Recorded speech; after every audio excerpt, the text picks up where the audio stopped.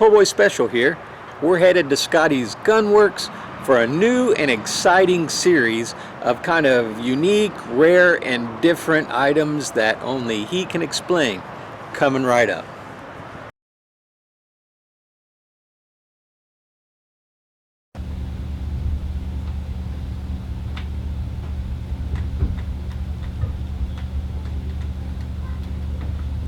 All right, welcome to Scotty's Gunworks once again. We're going to start us a new series here, and we're going to try not to make the videos real long. And what this little series is going to be about unique guns, things that you just don't see every day. I just thought, you know what, we come across one, and it's something you just don't see every day. And here it is right here. I think it's called a Geha. I think it's how that's pronounced, kind of a German name, I guess. And I know what everybody's thinking. They're thinking, well, it's nothing but a Mauser 98. And that's what you would think, you know, just first glance at it, because it's definitely a Mauser. But what it is a 20 gauge shotgun built on the Mauser action. And that's what's so unique about it. This gun right here was probably made around World War I, somewhere around in that neighborhood. And basically, to boil it all down, it was illegal for them to have rifles of the citizens. I forget what country that was. Steve, do you recall? It was in Germany, and the Treaty of Versailles was part of that. Was in France. They said that they're not allowed to have any war weapons, but they were allowed to have shotguns. So they had a bunch of these surplus rifles, and to kind of help their economy, I guess, they converted them over to shotguns. I think they come out in 20 gauge, 12 gauge, 16 gauge. We happen to have a 20 gauge here, and as you can see, it's in really good shape. Looks great. Man, I tell you, we're kind of going to kind of go over some things about it. It's chambered for the 20 gauge shotgun shell. Yeah, what's so unique about this shotgun is, you know, it just being on a Mauser platform, and it basically comes apart just like a regular Mauser. You know, the only difference is this is kind of a unique thing here about it. If you want to take the bolt out, you got this bolt head right here. It's the bolt face here would have to come off, and the way we would do that is you got to take your little tool here, and then you'll have to, I don't know if anybody can see that or not, but basically what you do is you just kind of pull. Being such a unique gun, it's something you don't mess with every day. But anyway, to take that out, that bolt head right there, let me show that to you. It's a 20 gauge bolt face, and basically it's just made like that right there. So what they did is, there we go, a little tight in there. So basically that's what it's going to look like. So basically what they did is they just took and cut the face of that off, and they converted it with a I'm going to say a shotgun bolt face. All right. It does hold 2 shells. Yes, sir, it does. It holds 2 shells in the magazine, and then it holds 1 in the chamber. So it's a 3-shot shotgun is what it is. And basically you just take your little tool or something like that, and it's just like a regular Mauser, you know, floor plate. You got a little spring-loaded device right here, and you just basically push it down a little bit, clear it. See how it just pops right up. And that's kind of like the spring to it for the shells. Yeah, yeah, just like a Mauser. It's set up a little bit different in here. You know, you got this little piece right here that kind of keeps it from going up into the chamber there. That kind of keeps it down, you know, and kind of keeps it at its perfect angle there. That way the shell, you know, will push up in there, and just basically just drop it back down in there when you're ready to put it back together. Snaps in there. And that snaps right there, and yeah, it's just a little snap in there. Can everybody see that? Yeah. But here, let me hold the gun up. That way everybody can get a good look at what I'm talking about there, and you can see that in there. Zoom in here. All right, what do we got here? Yeah, what I did is I went over and got a bolt out of a Mauser, so we can kind of compare it a little bit. You can see it pretty much looks like the same bolt. The only difference is, and it looks like, you know, now that you've mentioned it, now I'm looking at it, it looks like they did specially make this particular extractor claw right here. Because you can see right in here, you snap that back in there, You can see right here the way they've got that cut out. If you can see it on that camera right there, and it kind of snaps that head in there and holds that head in there is what that does. And this right here, if they tried to cut this right here to accommodate all that, because you can see how they would have to shave that face off of that. But I don't think there'd be enough material there, because you can see how that's a little bit longer. And what did this one come out of? Yeah, that come out of an 8mm. 8mm? Okay. Yeah, so basically you can see the difference. Let me show something here while it's on my mind. Just basically pull that right there and then pull that face off. There's the face right there. And compare them to the length. According to the bolt lugs there, you can see how...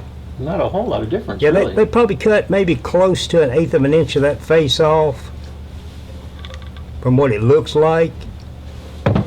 But yeah, I mean, they put a lot of thought in it, I'll say that. That's what makes it kind of unique. And you know, basically how this thing right here works, you just stick that back in there, and then basically what you do is you just take, and you can see the cutouts in that. And it's that second cutout where that snaps in. I'm going to try to get everybody a good look at that. Now there it is right there, and then you just basically snap it in there. All right, hold on, we do it one more time. Okay. I had it zoomed in pretty good, and then I was... Tell me when. All right, go ahead. Yeah, this is how this works. You can see these little cuts in this right here. Okay, and basically how that works. And then, not the first. That's the extractor part there that'll grab the empty shell. It's that second cutout.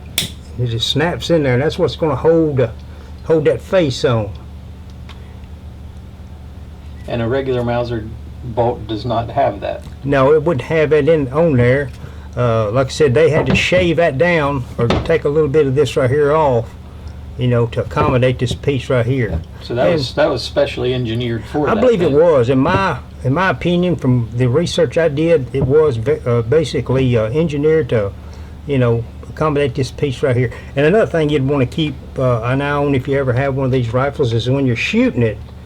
They say keep an eye on this little piece here, because it has been known to fly off whenever you eject the empty shell out.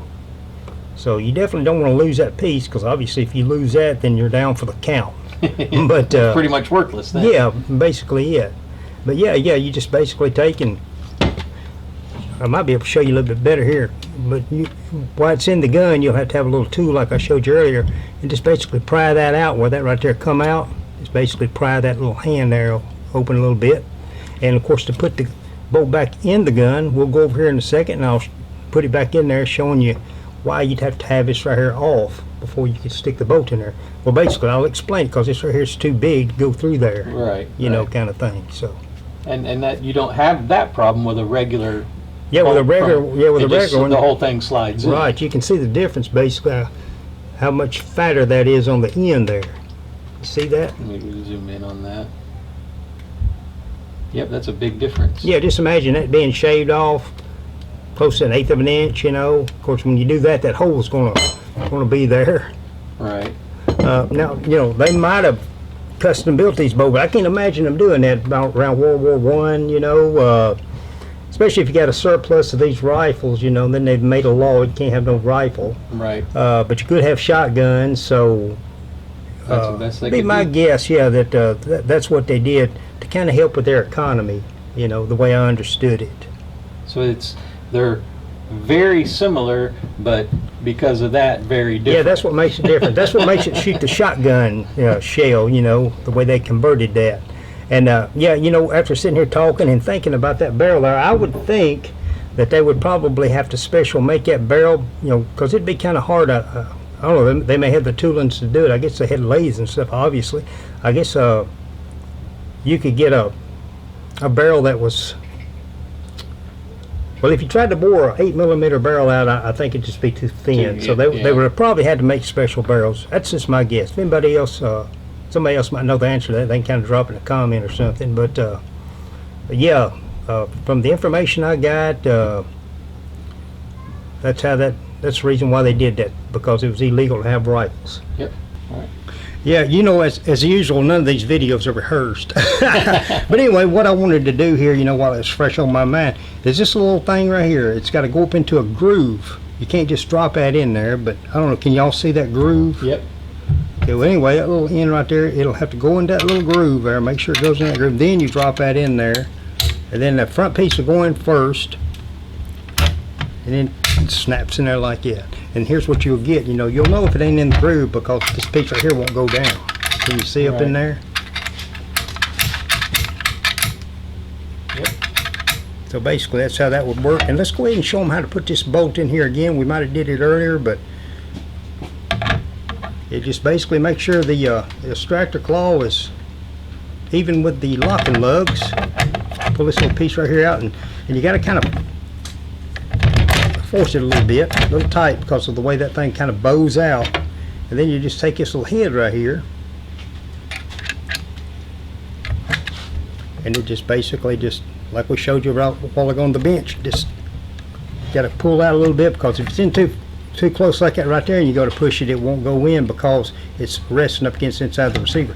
So you want to come out about that far, then just snaps in. Yeah. And then the bolt is good to work. Yeah, it's good to go. And like I said, you know, I ain't never had this happen, but they say that you'll lose that when you go to kick that empty shell out sometimes, because sometimes it'll pop off. But I don't know. That's just what the word is. Well, I'll let you know after a couple hundred rounds. Yeah, after a couple hundred rounds, because yeah, you'll be the shooter. But yeah, we just thought that was unique and just kind of wanted to make a video. We're going to start a series of unique firearms. We try to learn what we can about them, and that's kind of the information we got, what we shared here on this little post. But I've not seen anything like this before. Right. I've seen bolt action shotguns, but nothing like that. Yeah. You know, the Marlin Model 55, and those bolt action shotguns, I think they got a magazine in them. And you can also, I'll tell you something else too, it's kind of unique to kind of, you know, let you know that this was originally a Mauser action, because it's got the stripper clip cut out right here. Oh, wow. Yeah, remember? They got the stripper clips, you know, for the 8mm rounds. You can just zip down in there. Of course, there wouldn't be no need for that, you know, on a shotgun. I can see the little niche right there is what you're talking about. Exactly. Then they put this little cover on here too, you know, just kind of, I guess, to throw the shell this way, you know. So That's cool. I never noticed that. yeah. So Well, that's cool. Out of all the guns you've worked on, which is several hundred, like I said, I've never seen anything. yeah, quite I mean, like I've that. heard of these, and I've never really seen one in person. I've heard of them in the past, and you know, like I said, this right here is the first one I ever really dealt with in person. And I just thought, well, you know what? Let's have us a unique firearms video series. You know, kind of be fun to do, and kind of get a little information out there on something that you don't see every day. So Yes, I mean, it's really cool. I mean, I appreciate the time, and I appreciate the video, and I hope you all liked it too, because you saw it here on the Po' Boy Special Scotty Gunsmith Edition. yeah, and you know, if anybody has any questions or anything about it, you know, something I might have missed, you know, feel free to give me a call. Here it goes 615-746-9668. Be happy to answer any questions. I'm sure I probably left some information out, you know, because again, none of these videos rehearsed, but anyway. Right, and we were, like I said, we've never seen one, so we don't know a whole lot about it anyway. So Yeah. whatever you all can share in the description below, that'd be awesome. Cool.